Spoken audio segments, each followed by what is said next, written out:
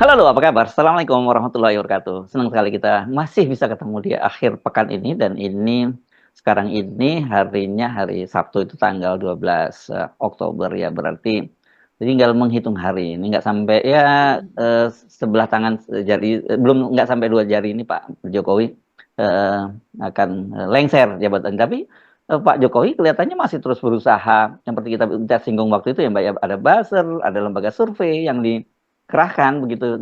Jadi untuk apa ya targetnya ya? Karena kadang-kadang kalau misalnya untuk orang mau nyalon lagi wajar ya dipoles-poles gitu.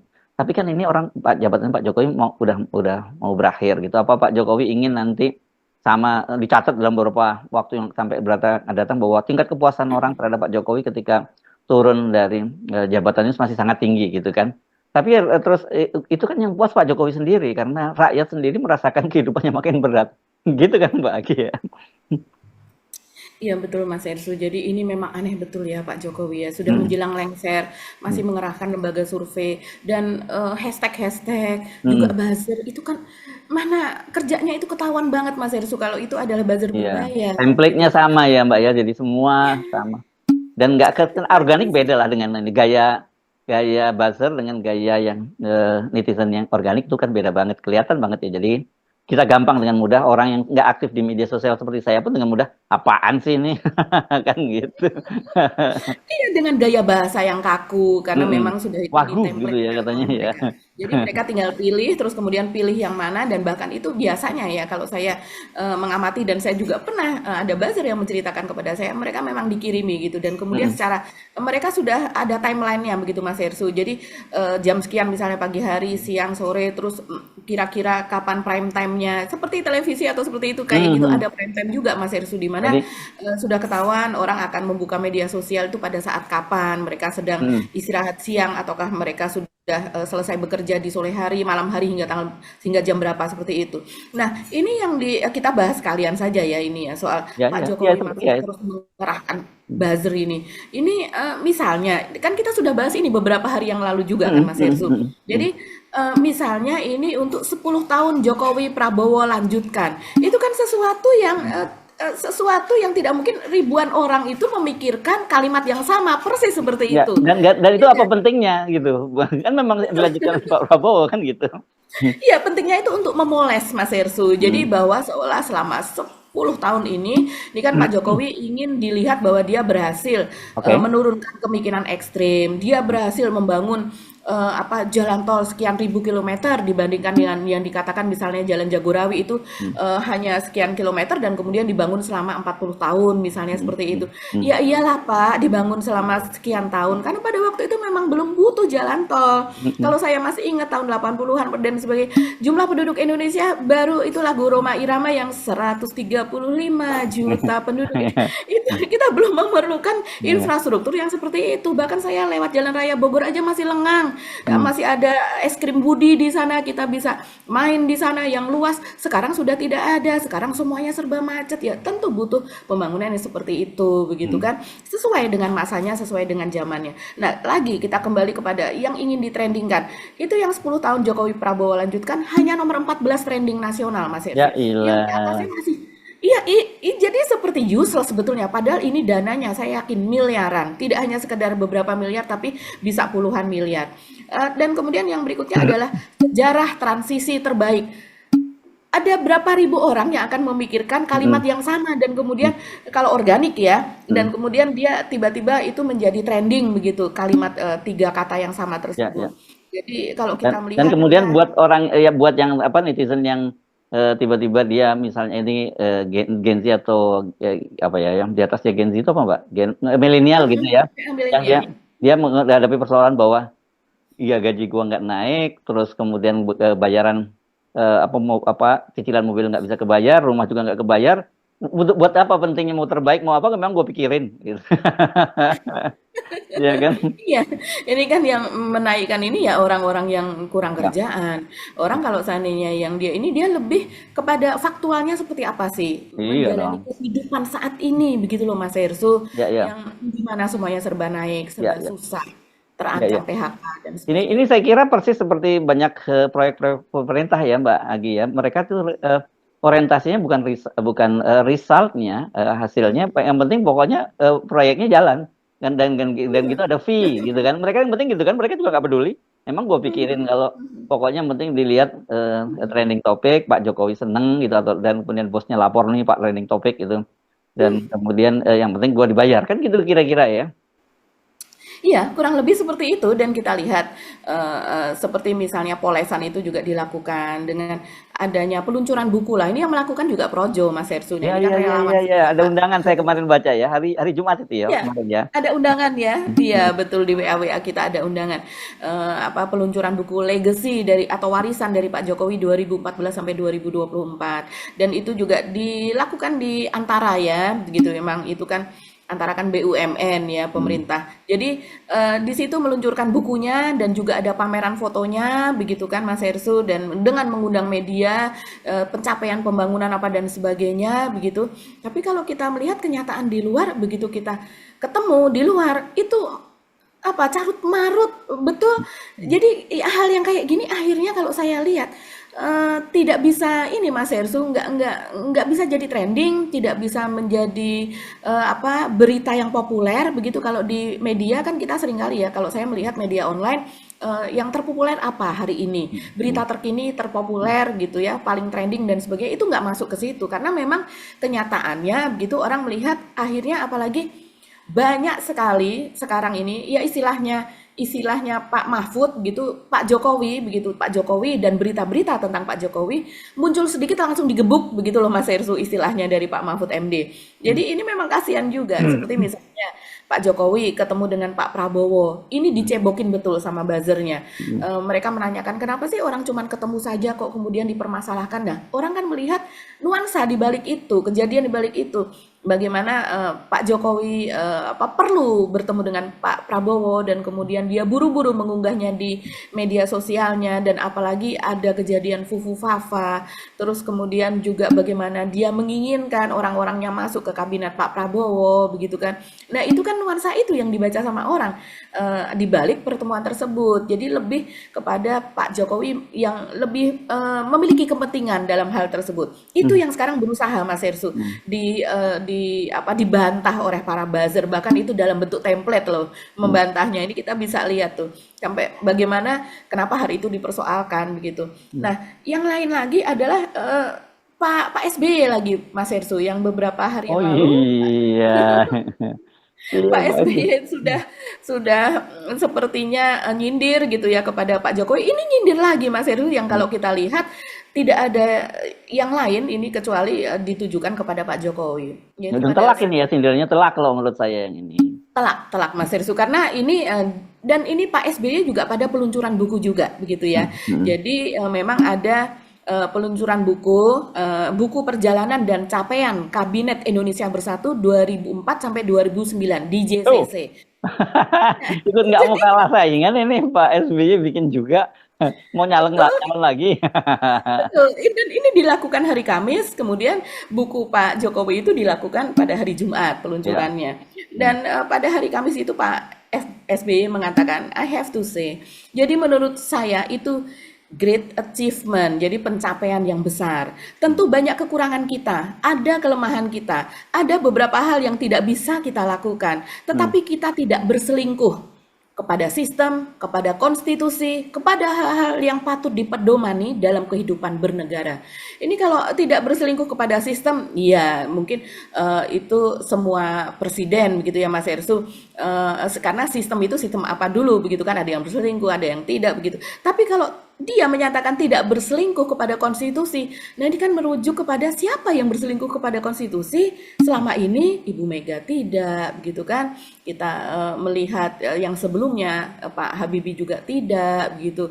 Nah, jadi kalau untuk sesudah pasca reformasi ini yang ditunjuk ya pastinya Pak Jokowi, apalagi Hmm. memang ini rame betul begitu ya. Kemudian soal selingkuh dengan konstitusi ini kan masih bergulir di PT UN, digugat oleh Ibu Megawati begitu kan. Jadi ini juga cukup rame Mas Ersu dan kenapa Pak SBY pada saat akhir-akhir Pak Mm-mm. Jokowi ini ya Mas Hersу justru melakukan serangan yang gencar begitu. Walaupun Ya, sebelumnya juga pernah ada buku merah yang ya. soal cawe-cawe itu kan ya cukup telak itu ya. Tapi sekarang ini makin gencar, makin berani Ya, sempat bersuara. reda ketika Agus masuk di kabinet kan gitu. Tapi sekarang mungkin pikirnya Pak SBY kalau mau di reshuffle, reshuffle aja deh tinggal seminggu lagi kan gitu.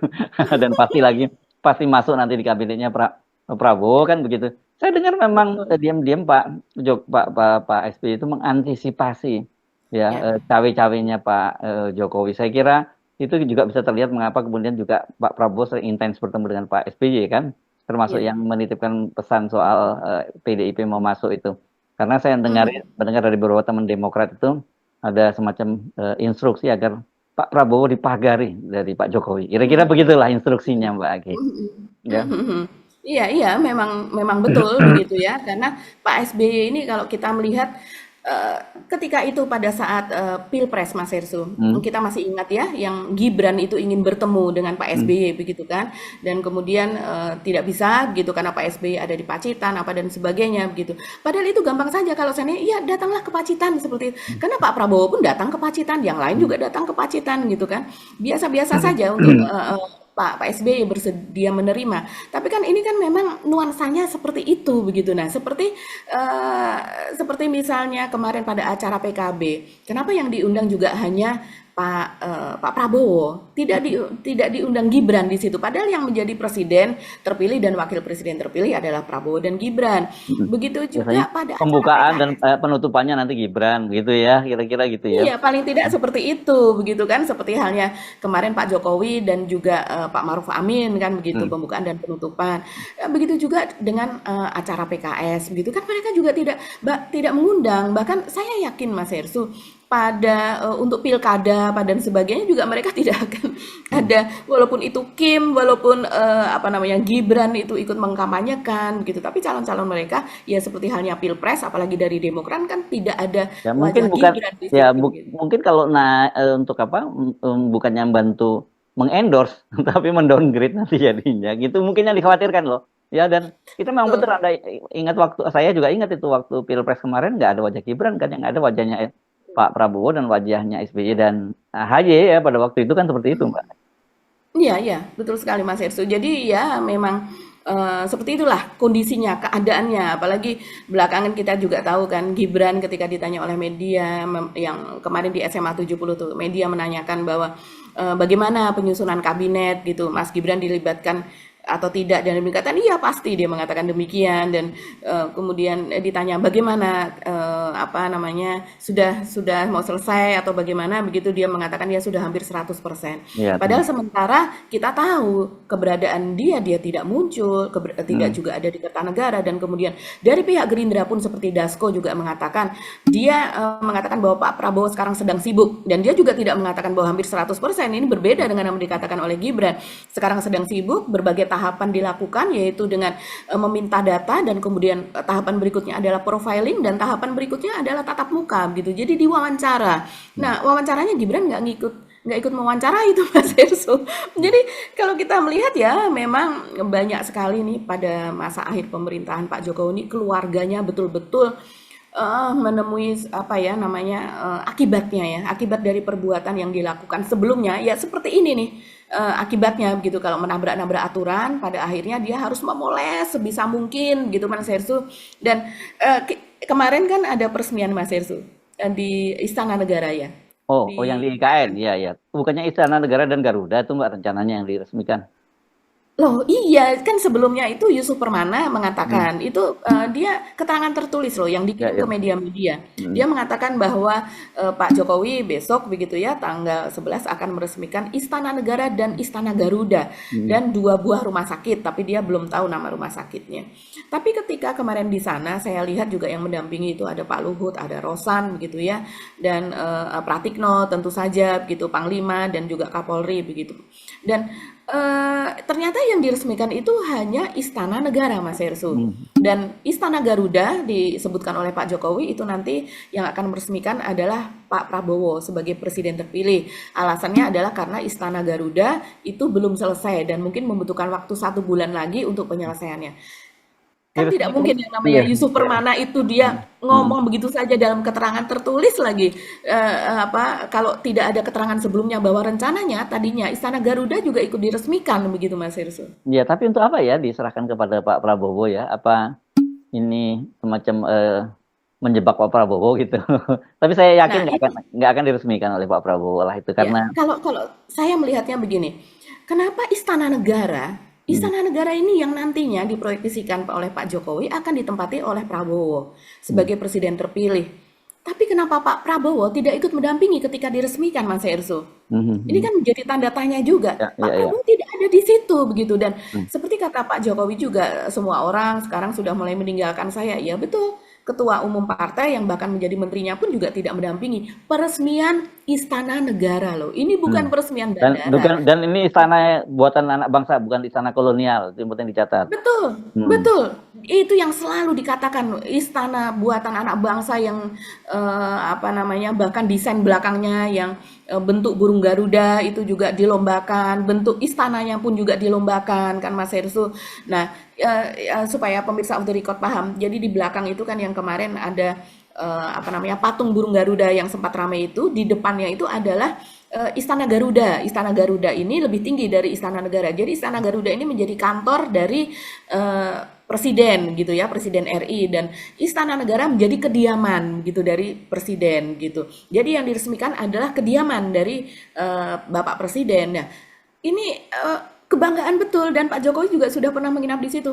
Tidak ada Pak Prabowo yang ikut meresmikan dan bahkan kalau saya melihat ini sebagai fait accompli ya supaya Pak nanti orang menagih gitu. Bola panasnya nanti dilempar kepada Pak Prabowo dan orang menagih begitu. Pak Prabowo kapan meresmikan Istana Garuda? Kalau sudah diresmikan kedua istana, artinya sudah siap untuk bekerja di sana. Kapan pindah ke sana? Kapan Nggak, kepresnya nggak, itu nggak mungkin, ditandatangani? ya. Kan nggak mungkin ini, walaupun Pak Jokowi menyatakan bahwa dia nanti akan sering ke sana gitu, ke IKN gitu. Itu kan kemarin kan kita menyarankan ngapain sering, lebih baik pindah ke IKN aja kan, sejak awal kita sarankan seperti itu. Tapi kalau kita membaca pernyataan dari Bambang Susantono, mantan Ketua Otorita IKN, yang sekarang ini apa, utusan khusus kan ya, utusan khusus presiden ya untuk Ya. IKN itu, dia memang tidak secara langsung, tapi bahasanya jelas memastikan bahwa ya ibu kota itu nggak akan pindah ke IKN, ibu kotanya tetap di Jakarta gitu. Apa dia menyebutnya akan menjadi kota sesuatu atau apa Mbak menyebutnya? Kota Iya, tertentu jadi atau apa sih, lupa saya namanya nyebutnya. betul betul. Ini Bambang Susantono ini juga membuat kejutan, tapi kejutan jujur. Saya rasa itu Ya, yang dia sebagai obligasi dia Mas Hersu ya. ya. Kemarin dia menjadi ketua OIKN yang akhirnya dia mundur. Hmm. Nah, sekarang dia mengatakan bahwa saya pribadi melihat suka nggak suka, mau nggak mau, memang Jakarta masih akan tetap jadi ibu kota. Dia Hmm. mengatakan seperti itu. Kemudian secara berangsur, mungkin kita lihat kecepatannya seperti apa. Nusantara mungkin akan menjadi kota tertentu. Oh, Kota kota tertentu tertentu itu ya, apa bukan kota ya? sesuatu ya, kota tertentu ya. Iya, Kota kota tertentu. tertentu. Nah, Apa kalau ya? melihat Apa ya sekarang maksud kota tertentu itu ya? iya, Hmm. kalau kita melihat sekarang seperti misalnya dia menjadi tujuan wisata, destinasi wisata yang menjadi kota wisata. Misalnya Ya. seperti itu untuk Kalau sementara tertentu ini. itu kok kayak somewhere out there gitu loh. Somewhere out there gitu. Nah, juga ada yang mengatakan, ada yang mengusulkan Mas Hersu, mungkin semacam sister city begitu ya, Hmm. atau apa begitu. Tapi kalau yang ada seperti misalnya di Korea begitu ya, di Korea itu kan antara Seoul dan kemudian ibu kota yang barunya itu kan dekat Mas Hersu. Mereka masih satu daratan dan kemudian juga di Malaysia begitu kan, itu kan juga hanya berjarak berapa kilo saja yang Oh ya, satu ya ibu kota Putrajaya itu mereka. ya dekat. Putrajaya dan Kuala Lumpur itu kan berdekatan Mas Hersu begitu ya. Yang kita tidak perlu waktu berjam-jam. Sementara ini kalau seandainya mau dijadikan semacam sister city misalnya ini ibu Twin kota Twin Twin atau sister pemerintahan city, Pak? Twin City mungkin ya maksudnya ya. atau Twin City mungkin Hmm. ya, semacam Twin City lah yang setara gitu. Hmm. Terlalu jauh loh Mas Ersu. Di ini apa untuk menempuh perjalanan dari sini dari Jakarta begitu ya menuju ke IKN sangat berbeda begitu dengan yang sudah dilakukan oleh negara-negara lain kalau seandainya itu mau dilakukan. Makanya benar nih Pak Bambang Susantono menjadi kota sesuatu, Hmm. sesuatunya Syahrini gitu. Entah apa, Kalau entah hari ini kota Fufu apa ini. Fafa, bukan bukan sesuatu lagi. Aduh, aduh, ini kita kalau kita melihat ini boncos betul ini Mas Ersu. Hmm. bagaimana nasib dari IKN ini di masa yang akan datang. Tapi daripada merugi begitu ya, kita masih memerlukan triliunan investasi untuk ke sana ya, Mbok ya. Sekarang dipikirkan betul lah. Kita berharap dipikirkan betul di masa Pak Prabowo bagaimana kelanjutan dari IKN. Apakah akan di eh, belokkan akan menjadi kota apa nanti di sana Ya, begitu ya. ya. Atau mungkin jadi kalau di situ jadi kota administrasinya Provinsi Kalimantan Timur gitu. Walaupun mungkin itu kan terlalu Mhm. mahal ya operasionalnya ya untuk Iya. sebuah daerah. Tapi kan Kalimantan Timur harusnya kaya ya kalau kalau Mhm. tidak semua hasil buminya ditarik, hasilnya ditarik ke pusat itu mampu sebenarnya Kalimantan Timur. Tapi Betul. saya membayangkan kalau ini terlalu memang kalau sampai kemudian mangkrak itu sangat sangat sangat mahal banget, Mbak ya, Pak. Tapi kalau Mhm. diteruskan pun dengan perawatan perawatan tertentu dan kemudian ya juga mahal juga. Ini memang jadi Benar aduh mahal. jadi benar-benar si malakama lah ini kota Iya. IKN gitu ya. Betul. Ini kan ahli-ahli apa seperti misalnya kurator begitu, kurator bangunan kan juga sudah menyebutkan bahwa pemeliharaan bangunan di Kalimantan di sana terutama di IKN itu berbeda dengan di Jakarta atau di tempat lain gitu. Jadi di sana bisa jadi lebih mahal karena memang kelembabannya yang tinggi. Jadi sangat-sangat lembab, terus kemudian bangunan itu mudah untuk berjamur sehingga perlu perawatan tertentu begitu Mas Hersu. Mm-mm. Begitu. Tapi kalau seandainya panas juga panas sekali begitu ya. Dan kemudian juga di sana ya dengan keadaannya sekarang masih jauh dari mana-mana. Tentu transportasi itu juga membutuhkan biaya begitu untuk perawatan orang yang harus ditempatkan di sana dan sebagainya. Dan kalau kita melihat ya Pak Prabowo sepertinya sudah memberi kode-kode ya Mas Ersu. Seperti kemarin untuk peresmian istana di IKN, saya berpikir kok Pak Prabowo nggak ada ya? Itu kan ada Mm-mm. siaran langsungnya juga. Mm-mm. Kenapa Pak Prabowo yang akan menempati istana negara tersebut kok malah tidak hadir? Saya pikir ada tugas negara yang apa? Ternyata malah justru menerima kedatangan pimpinan dari PKS begitu kan? Menerima kedatangan pimpinan PKS yang kita tahu juga PKS ini kan sampai sejauh ini mereka maunya berkoalisi dengan Pak Prabowo. Walaupun menjadi Kim Plus, mereka mengatakan bahwa koalisinya sama Pak Prabowo, bukan sama Jokowi. Dan kita tahu sampai sejauh ini mereka juga memang acara PKS juga tidak ini, begitu Pak Jokowi juga tidak ada dan sebagainya. Apalagi Gibran, seperti itu Mas Hersu. Jadi ya memang akhir masa pemerintahan Pak Jokowi kita harus melek lah. Inilah kondisi yang terjadi begitu dan Pak Jokowi seharusnya juga menyadari bahwa ya apa sudah meredup ya meredup gitu tidak berusaha untuk terus kelihatan pamornya apa namanya bercahaya moncer apa dan sebagainya walaupun dipoles dengan uang sampai miliaran begitu mengerahkan ribuan buzzer itu nothing lah susah gitu untuk bangkit kembali karena orang sekarang justru menagih janji Jokowi, menagih apa namanya pembangunan yang pernah dijanjikan, soal apalagi sekarang banyak PHK dulu menjanjikan ada 10 juta lapangan kerja dan sebagainya Mas Hersu. Oke, yang lain apa yang mau kita bahas nih Mbak Agi selain Pak Jokowi ini? Kelihatannya topiknya kok kalau nggak Pak Jokowi ya Gibran gitu terus sekarang. Ya. Iya ya, sebetulnya banyak topik-topik lain Mas Hersu seperti soal pasir laut. Oh Ini iya, juga itu juga. tidak salah, ini Nah, itu juga penting kalau banget. Anda ngomong spesial laut juga pasti ngomongin Pak Jokowi juga dong itu.